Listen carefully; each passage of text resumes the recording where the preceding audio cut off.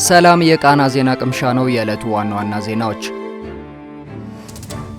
በስደተኞች መጠለያ ጣቢያ የትምህርትና የጤና አገልግሎት ተደራሽነትን የማስፋት ስራ ተጠናክሮ ሊቀጥል እንደሚገባ በሕዝብ ተወካዮች ምክር ቤት የውጭ ግንኙነትና ሰላም ጉዳዮች ቋሚ ኮሚቴ ገለጸ። ቋሚ ኮሚቴው ይህን የገለጸው በጋምቤላ ክልል በሚገኘው የጃዊ የስደተኞች መጠለያ በመገኘት የሚሰጡ የተለያዩ መሰረታዊ አገልግሎቶችን ተዘዋውሮ በመመልከት ከስደተኞች ተወካዮች ጋር ውይይት ባደረገበት ወቅት መሆኑን ምክር ቤቱ በኦፊሴላዊ የፌስቡክ ገጹ አስነብቧል። በዚሁ ወቅት የቋሚ ኮሚቴው ሰብሳቢ ዶክተር ዲማ ነጎ በአካባቢው የስደተኞችን ሰላምና ደህንነት ለማረጋገጥ የተሰሩ ስራዎች አበረታች መሆናቸውን ጠቅሰው በስደተኞች መጠለያ ጣቢያ የትምህርትና የጤና አገልግሎት ተደራሽነትን ከማስፋት አንጻር በርካታ የተጀመሩ ስራዎች ቢኖሩም የበለጠ ተጠናክሮ መቀጠል እንደሚገባቸው መናገራቸው ተገልጿል። የቋሚ ኮሚቴው አባላትም ከለጋሽ ሀገራትና ዓለም አቀፍ ድርጅቶች ጋር ያለውን ስትራቴጂክ አጋርነት በማጠናከር የሀብት አቅርቦት አቅምን ማሳደግ እንደሚያስፈልግና ስደተኞችንና ተመላሾችን እንዲሁም ተቀባይ ማህበረሰቡን የኢኮኖሚ ተጠቃሚ ለማድረግ የስራ ዕድል ፈጠራ ላይ በትኩረት ሊሰራ እንደሚገባ አመላክተዋል። የስደተኞችና ከስደት ተመላሾች አገልግሎት የጋምቤላ ቅርንጫፍ ጽሕፈት ቤት ኃላፊ መዝገበ ወርቅ ገብረ ማርያም በበኩላቸው በአሁኑ ወቅት የአሜሪካ መንግስት በእርዳታ ድርጅቶች ላይ በጣለው ማዕቀብ የተነሳ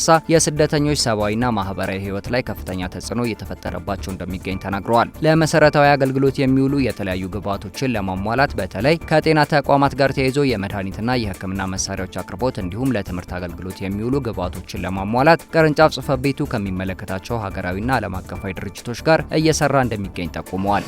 በሶማሊያ መዲና ሞቃዲሾ በሚገኝ የጦር ሰራዊት ምልመላ ማዕከል ላይ አልሻባብ በፈጸመው የአጥፍቶ ጠፊ የቦምብ ጥቃት ቢያንስ 11 ሰዎች መገደላቸው ተገለጸ። ጥቃቱ የተፈጸመው በደቡባዊ ሞቃዲሾ በሚገኘው ሴሮ ዳሚዮ ካምፕ ሲሆን በጥቃቱ ቢያንስ 11 ሰዎች መሞታቸውንና 20 ሰዎች መቁሰላቸውን የሀገሪቱ ባለስልጣናትንና የዓይን እማኞችን ጠቅሶ አዣንስ ፍራንስ ፕሬስ ዘግቧል። አጥፍቶ ጠፊው ሲቪል ሰው በመምሰል ትላንት ጧት ወታደራዊ ኃይሉን ለመቀላቀል እየተመዘገቡ በነበሩ ሰዎች ላይ ፈንጂዎችን እንዳፈነዳ የሶማሊያ የማስታወቂያ ሚኒስቴር ገልጿል። በጥቃቱ የደረሰው የጉዳት መጠን እየተጣራ ስለመሆኑም የጠቆመው ሚኒስቴሩ የሞቃዲሾ የጸጥታ ኃይሎች በቦታው ተገኝተው ምርመራ መጀመራቸውን ጠቁሟል። አልሻባብ በበኩሉ በካምፑ ወታደራዊ ኃይልን ለመቀላቀል እየተመዘገቡ በነበሩ ሰዎች ላይ ጥቃቱን እንደፈጸመ በመናገር ኃላፊነቱን እንደወሰደ ኤኤፍፒ አክሏል። ጥቃቱ ሲፈጸም ከቦታው ጥቂት መቶ ሜትሮች ርቀት ላይ የነበረ ሰአሊም ኑር የተባለ የዓይን እማኝ የአምስት ሰላማዊ ዜጎችን አስከሬን መመልከቱን ተናግሯል። ከጥቃቱ በኋላ አካባቢው ሁሉ በድንጋይና አሸዋ ፍርስራሽ መሞላቱንም ጠቁሟል። ከሶማሊያ ጋር የጠበቀ ግንኙነት ያላት ግብጽ ጥቃቱን ማውገዟ ተገልጿል። ሶማሊያ ከቅርብ ወራት ወዲህ በአልሻባብ ሰርጎ ገቦች የሚደርስባት ጥቃት አገርሽቶ ጉዳቶች እየደረሱ መሆኑን ዘገባው አክሏል። የሀገሪቱ ማዕከላዊ መንግስት ለመጣል የሚታገለው አሸባሪ ቡድኑ በድህነትና በአየር ንብረት ለውጥ ተጋላጭ በሆነችው ሀገር ዘመቻውን አጠናክሮ ቀጥሏል። ባለፈው መጋቢት በርዕሰ መዲናዋ በፕሬዝዳንቱ የአጀባ ተሽከርካሪዎች ላይ የቦምብ ጥቃት ሙከራ የፈጸመው አልሻባብ በተመሳሳይ በሚያዝያ ወር የሞቃዲሾ አየር ማረፊያ አካባቢን በሞርታር ማጥቃቱ ይታወሳል። ከሁለት ሳምንት ገደማ በፊት ከተባበሩት አረብ ኤምሬቶች ጋር የነበራትን ዲፕሎማሲያዊ ግንኙነት ማቋረጧን ያስታወቀችው ሱዳን አቡዳቢ የቆንጽላ ሰራተኞችን ከሀገሩ አባራለች ስትል ከሰሰች። የሱዳን ማዕከላዊ መንግስት መቀመጫ በሆነችው ፖርቶ ሱዳን ባለፈው ግንቦት ወር የመጀመሪያ የሰው አልባ አውሮፕላን ጥቃት መፈጸሙን ተከትሎ በካርቱምና በባህረ ሰላጤው ሀገር መካከል ያለው ፍጥጫ ተባብሷል። ልዩ ኃይሉን ወደ ጦሩ ማቀላቀልን በሚመለከት በተፈጠረ አለመግባባት ከብሔራዊ ጦሩ ጋር ለሁለት ዓመታት እየተፋለመ ያለውን የሱዳን ፈጥኖ ደራሽ ኃይል አቡዳቢ መሳሪያ ታስታጥቃለች ስትል ካርቱም ትከሳለች። የሱዳን የውጭ ጉዳይ ሚኒስቴር ባወጣው መግለጫ የኤምሬትስ ባለስልጣናት ባለፉት ጥቂት ቀናት ውስጥ በዱባይ በሚገኘው የሱዳን አጠቃላይ ቆንስላ ውስጥ የሚገኙትን አብዛኞቹን ሰራተኞች ያለምንም ምክንያት ከሀገሪቱ እንዲወጡ አድርገዋል ማለቱን አዣንስ ፍራንስ ፕሬስ ዘግቧል። አክሎም ዲፕሎማቶቹ ወደ ካርቱም ለመምጣት የጉዞ ሂደታቸውን ከጨረሱ በኋላ በዱባይ አውሮፕላን ማረፊያ ለ8 ሰዓታት ያህል እንደታሰሩ ጠቅሷል።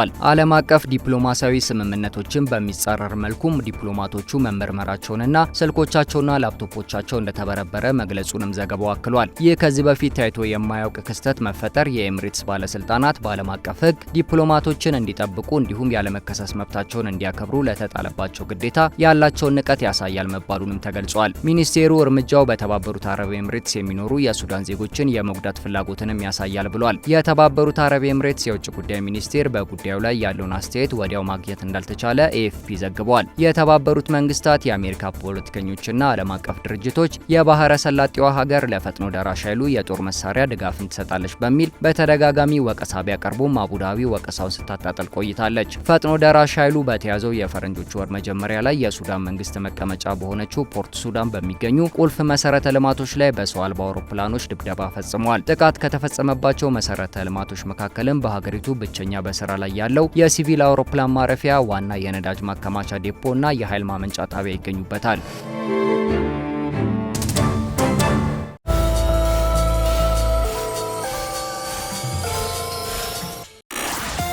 ሶስት ከፍተኛ የመንግስት የስራ ኃላፊዎች የኢትዮጵያ ኢንቨስትመንት ሆልዲንግስ የቦርድ አባል ሆነው ተሾሙ። በ100 ቢሊዮን ብር የተፈቀደ ካፒታል የተቋቋመው የኢትዮጵያ ኢንቨስትመንት ሆልዲንግስ ዛሬ 3 አዳዲስ የቦርድ አባላት እንደተሰየሙለት በማህበራዊ የትስስር ገጾቹ ባወጣው መግለጫ አስታውቋል። በዚህም የፍትህ ሚኒስትር ሀና አርአያ ስላሴ፣ የፕላንና ልማት ሚኒስትር ዶክተር ፍጹም አሰፋና የኢትዮጵያ ኢንቨስትመንት ኮሚሽነር ዶክተር ዘለቀ ተመስገን የቦርድ አባል ሆነው መሾማቸውን አስነብበዋል። የተቋሙ የስራ ኃላፊዎችም ዛሬ ለአዳዲሶቹ የቦርድ አባላት አቀባበል ማድረጋቸው ተቋሙ ያወጣው ምስል ያሳያል። ተቋሙ አዳዲሶቹ የቦርድ አባላት በተለያዩ የስራ ኃላፊነቶች ላይ በልማትና በኢንቨስትመንት ዘርፍ ያካበቱት ልምድና አመራር በዘርፉ የጎላ አበርክቶ እንደሚኖረው ጠቁሟል። የተቋሙን ዓላማና ተግባር ለመወሰን የወጣው የሚኒስትሮች ምክር ቤት ደንብ የኢንቨስትመንት ሆልዲንግስ የዳይሬክተሮች ቦርድ 6 አባላት እንደሚኖሩትና የአገልግሎት ዘመናቸውን በየ3 ዓመቱ ሊታደስ እንደሚችል ይገልጻል። የኢትዮጵያ ኢንቨስትመንት ሆልዲንግስ ዋና ስራ አስፈጻሚ ድምጽ የመስጠት መብት ባይኖረውም ቦርዱ በሚያካሂዳቸው ስብሰባዎች ላይ እንደሚሳተፍም ደንቡ ይደነግጋል። አሁን ላይም ዛሬ መሾማቸው ይፋ ከሆኑ 3 የቦርድ አባላት በተጨማሪ የኢትዮጵያ ልማት ባንክ የቦርድ ሰብሳቢ ዶክተር ተገኙ ወርቅ ጌቱ፣ የትምህርት ሚኒስትሩ ፕሮፌሰር ብርሃኑ ነጋ እንዲሁም የገንዘብ ሚኒስትር ዴኤታ ዶክተር ኢዮብ ተካሊም በቦርድ አባልነት እያገለገሉ ይገኛሉ። የዳይሬክተሮች ቦርዱ በደንብ ከተሰጡት ስልጣንና ኃላፊነት መካከል ተቋሙና የተቀጠላ ኩባንያዎች ንግድ የሚመራበትን ስትራቴጂና ራዕይ መቅረጽ እንዲሁም የተቋሙን የተፈቀደ ካፒታል ማሳደግ አሊያም መቀነስ ይገኝበታል።